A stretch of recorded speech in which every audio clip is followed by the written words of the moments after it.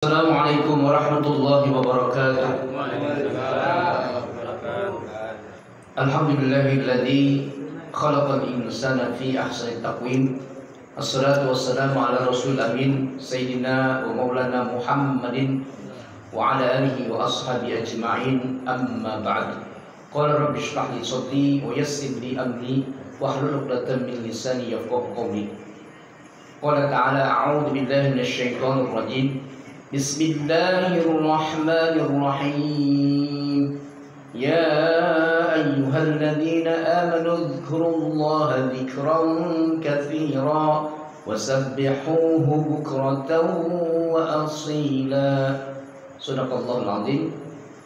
Hadirin muhtaromin yang kami hormati, khusus para sesepuh, tokoh-tokoh agama dan masyarakat, khusus yaitu Bapak Darudin, kemudian Bapak Ahmad Jawa, kemudian Nendoni, juga Pak Haji Santa, dan juga para Bapak Haji Midung dan para haji lainnya, dan juga yang kami hormati para pemerintah, Bapak RW Sudiadi, Bapak RT Adum, dan juga Bapak Miang, dan juga Bapak-bapak hadirin jamaah Masjidil Ittihad yang sama-sama mudah-mudahan dimuliakan Allah Subhanahu wa taala. Alhamdulillah, dan syukur senantiasa kita panjatkan kehadirat Allah Subhanahu wa taala pada malam hari ini. Alhamdulillah kita bisa melaksanakan kewajiban kita sebagai muslim, yakni thalabul ilmi, itu untuk mencari ilmu. Mudah-mudahan apa yang kita niatkan datang ke tempat ini senantiasa mendapatkan pahala dan ridho dari Allah Subhanahu wa taala. Salawat dan salam semoga tercurah limpahkan kepada Nabi kita Nabi Muhammad sallallahu alaihi wasallam. Hadirin yang dirahmati oleh Allah Subhanahu wa taala. Pada malam hari ini saya akan menyampaikan tentang bab zikir dan doa. Dalam kitab Bulughul Maram, Nabi sallallahu alaihi wasallam bersabda bahwasanya apabila kita berdoa, maka kita harus yakin bahwasanya Allah Subhanahu wa taala mengabulkan doa kita. Dan harus yakin bahwa itu kalau kita semakin dekat kepada Allah, maka Allah pun akan lebih dekat kepada kita. Apabila kita mendekati kepada Allah dengan sejengkal, maka Allah akan mendekati kita sehasta. Apabila kita mendekati Allah dengan berjalan, maka Allah akan mendekati kita dengan berlari. Itu kalau kita berdoa atau zikir kepada Allah Subhanahu wa taala. Nabi sallallahu alaihi wasallam bersabda, "Ma 'amila ibnu Adam amalan anjalahu min adabillahi min dzikrillah." Tidak ada satu amalan ibnu Adam yang lebih menyelamatkan kepadanya daripada azab Allah, yaitu daripada zikir kepada Allah Subhanahu wa taala. Jadi tidak ada suatu amalan yang kita lakukan yang akan menyelamatkan kita dari azab Allah kecuali hanya berzikir kepada Allah Subhanahu wa taala, ingat kepada Allah Subhanahu wa taala. Kalau senantiasa kita berzikir kepada Allah, maka itu insya Allah akan menjauhkan kita daripada azab api neraka. Jadi kita harus senantiasa berzikir kepada Allah Subhanahu wa taala. Berzikir itu apa saja? Ya, sholat itu juga berzikir. Dan setelah sholat berzikir, artinya ingat kepada Allah Subhanahu wa taala. Atau eling-eling, ya. Eling-eling turun kabeh ibadah. Ya. Ulah sampole. Jadi jangan lalai untuk zikir kepada Allah Subhanahu wa taala dimanapun kita berada, baik itu di rumah, di perjalanan, ataupun di kantor, ataupun di tempat kerjaan kita, tetap harus ingat kepada Allah Subhanahu wa taala. Lagi berjualan juga ingat kepada Allah. Kalau lagi ada yang beli, ya kita layani pembeli. Nah, setelah itu kita berzikir kepada Allah, baik itu membaca Al-Quran atau yang lainnya. Yang penting kita harus banyak berzikir kepada Allah Subhanahu wa taala. Kemudian dalam hadis Nabi sallallahu alaihi wasallam, majalasa qaumun majlisan yadhkurullaha fihi illa hafathumul malaikah. Tidak satu kaum yang berkumpul. Nah, jadi ada satu kaum berkumpul yang di sana itu berzikir kepada Allah. Nah, jadi kalau ada satu kaum yang berkumpul di sana berzikir kepada Allah Subhanahu wa taala, illa hafathumul malaikah, maka melainkan malaikat akan memeluk mereka. Jadi kalau kita berkumpul berzikir kepada Allah, di situ ada malaikat yang berkumpul. Wa ghasyiyatuhum rahmah, kemudian di situ dipenuhi dengan rahmat. Tempat itu dipenuhi dengan rahmat. Wa dzakarahumullahu fi man indahu, dan juga Allah mengingat kepada mereka. Jadi kita diingat oleh Allah Subhanahu wa taala. Kalau di tempat itu, dalam perkumpulan itu ada suatu yang ingat kepada Allah, berzikir kepada Allah. Jadi kalau kita berkumpul di sini ingat kepada Allah, di situ ada malaikat yang memeluk kita, ya. Kemudian juga di samping itu juga akan dipenuhi dengan rahmat. Jadi kalau kita berkumpul di tempat yang berzikir, di sana ada berzikir atau mengingat kepada Allah, maka di situlah ada rahmat Allah datang. Jadi kalau kita berzikir itu tidak sia-sia, apalagi berkumpul yang bersama kemudian kita berzikir kepada Allah, maka di situ ada rahmat Allah, dan juga azab Allah pasti akan hilang. Azab Allah itu tidak akan datang karena kita berzikir kepada Allah. Sebaliknya rahmat Allah akan datang, dan juga malaikat memeluk kepada kita semua. Kemudian Nabi SAW bersabda, "Ma qada qaumun maq'adan lam yadhkurunallahu fihim wa lam yusallu 'alan nabi sallallahu alaihi wasallam illa kana 'alaihim hasratay yaumil qiyamah." Sebaliknya, ada satu kumpulan yang di situ itu tidak ada berzikir kepada Allah dan juga tidak bersalawat kepada baginda Nabi Muhammad SAW, illa kana 'alaihim hasrah, melainkan perkumpulan itu pada hari kiamat akan menjadi penyesalan. Jadi kalau di situ ada perkumpulan tidak dimulai dengan berzikir kepada Allah, kemudian tidak bersalawat kepada Nabi, maka perkumpulan itu sia-sia. Dia harus diusahakan kalau perkumpulan itu harus senantiasa berzikir kepada Allah, mengingat kepada Allah Subhanahu wa taala agar mendapatkan rahmat. Karena kalau perkumpulan itu tidak ada nama Allah, tidak ada Nabi Muhammad SAW, maka dia akan menyesal nanti pada hari kiamat. Naudzubillah min dzalik. Oleh karena itu kalau ada perkumpulan, hendaknya senantiasa ingat kepada Allah terlebih dahulu sebelum kepada yang lainnya. Berselawat kepada Nabi Muhammad SAW minimal. Alhamdulillah, segala puji bagi Allah, dimulai itu ya. Atau minimal Allahumma sholli ala Sayyidina Muhammad, atau sallallahu ala Sayyidina Muhammad. Itu minimal seperti itu. Kalau maksimal ya mungkin ya berzikir ya bersama, itu udah mulai dari baca-bacaan dan istighfar, kemudian baca-bacaan yang lainnya. Nah itu pahalanya besar, apalagi ada membaca Al-Quran.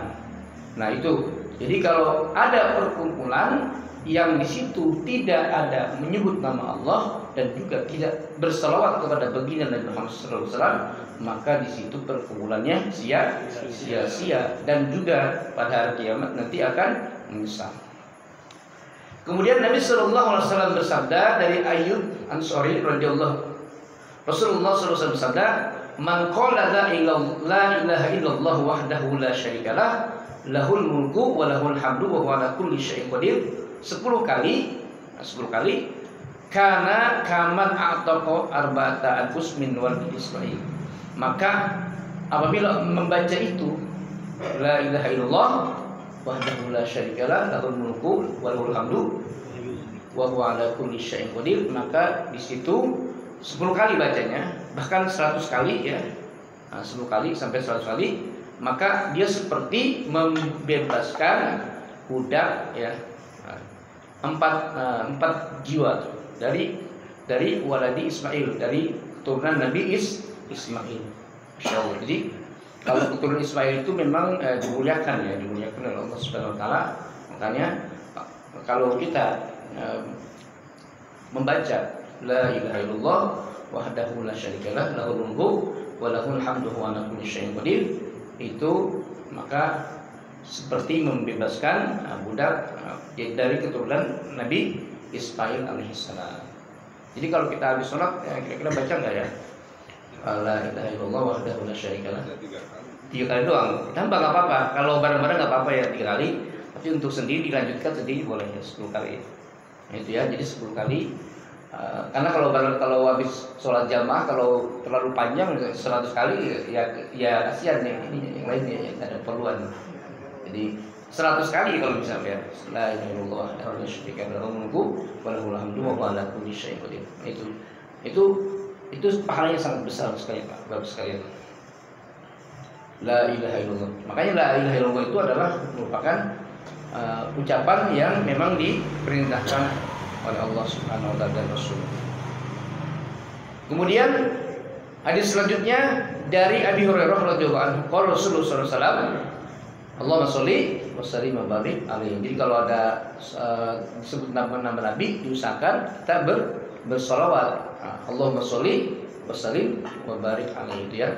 Atau sallallahu alaihi wasallam boleh ya, sallallahu alaihi wasallam atau Allahumma sholli wa sallim wa barik alaihi. Nah, itu boleh seperti itu bersolawat.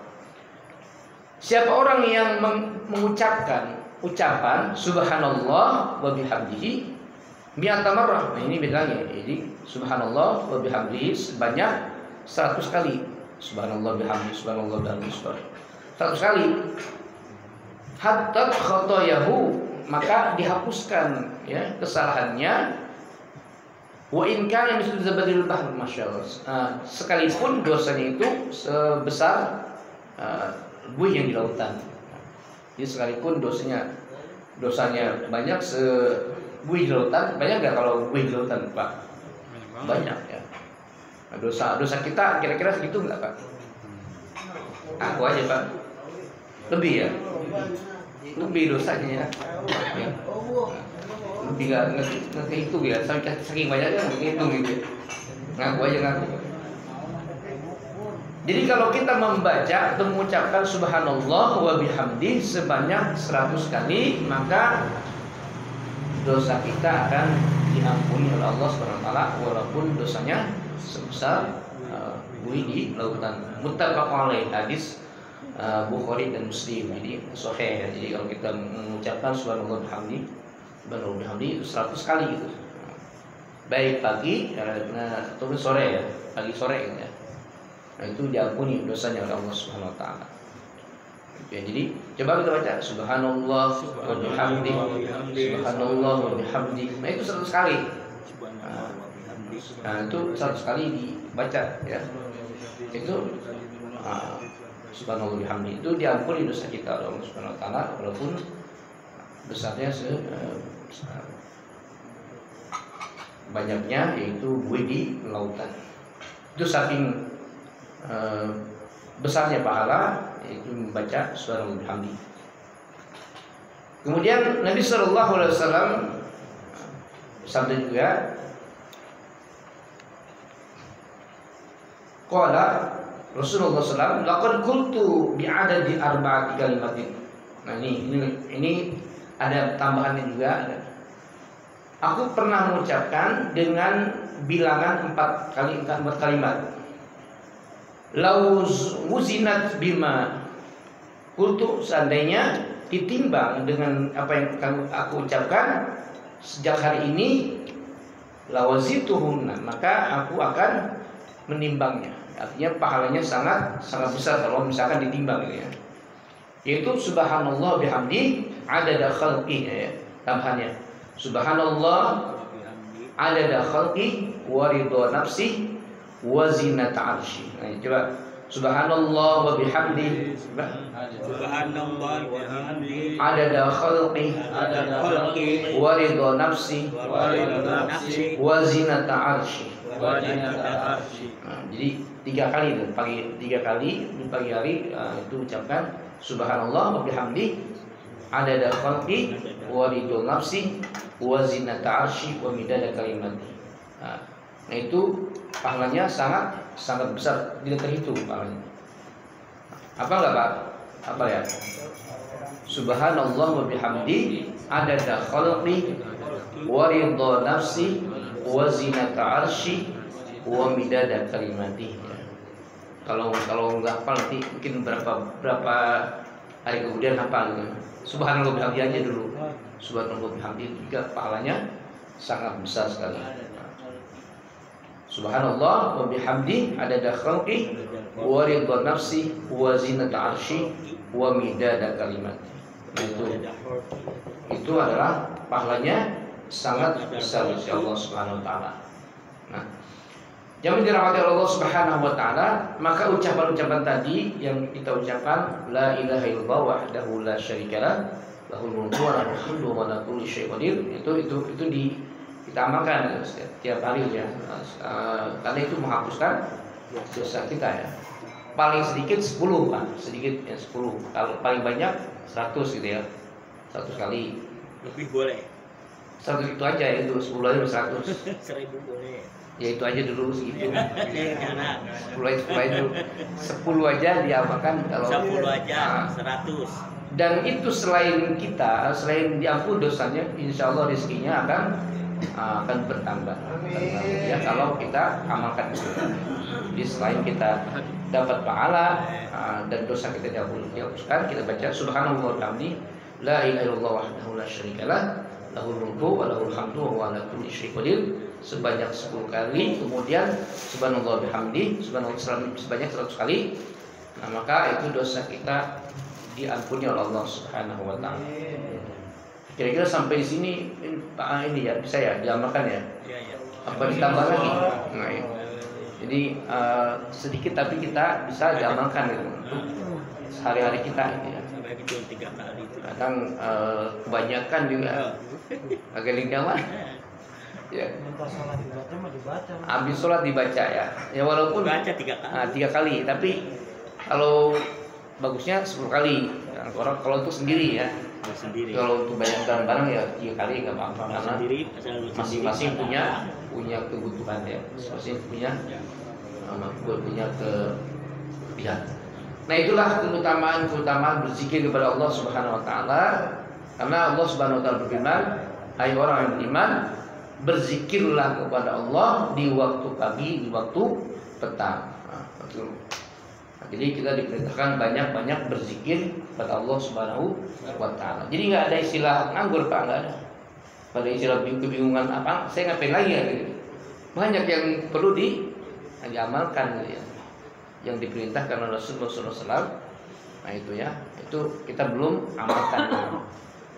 Karena ini adalah ilmu buat kita semua untuk diamalkan. Untuk diamalkan yaitu zikir kepada Allah Subhanahu wa taala. Yang kita biasakan baca itu ya, biasa baca dibaca. Bahkan ada hadis Nabi sallallahu alaihi wasallam, kalimatani, mungkin bisa hafal ya, kalimatani khafifatani fil mizan thaqilatani ala rahman. Udah pernah ya? Nah, itu sama itu ucapan subhanallah bihamdi subhanallah. Jadi 2 kalimat yang enteng mengucapkannya, berat yang ya khofifatani ya, kalimatani 2 kalimat yang enteng mengucapkannya, besar pahalanya dan dicintai oleh Allah Subhanahu wa taala ya. Jadi 2 kalimat subhanallah wa bihamdi ya, subhanallah bihamdi. Itu 2 kalimat itu yang dicintai oleh Allah Subhanahu wa taala. Mudah-mudahan kita bisa mengamalkannya sedikit demi sedikit dalam keseharian kita agar senantiasa kita nanti diridhoi Allah Subhanahu wa taala dan dosa kita sedikit-sedikit berguguran. Dosa-dosa kita sedikit-sedikit berguguran ya. Demikianlah mungkin yang dapat saya sampaikan. Ada pertanyaan silakan 5 menit. Udah kekenyangan ketan. Kesubuhan ketan. Rundutan.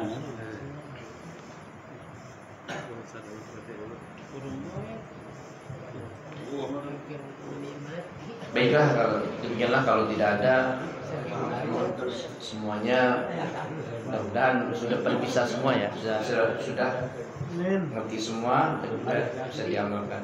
Jadi saya cukup sekian. Wallahul muwaffiq ila aqwamit thoriq. Wassalamualaikum warahmatullahi wabarakatuh. Waalaikumsalam warahmatullahi wabarakatuh. Terima kasih.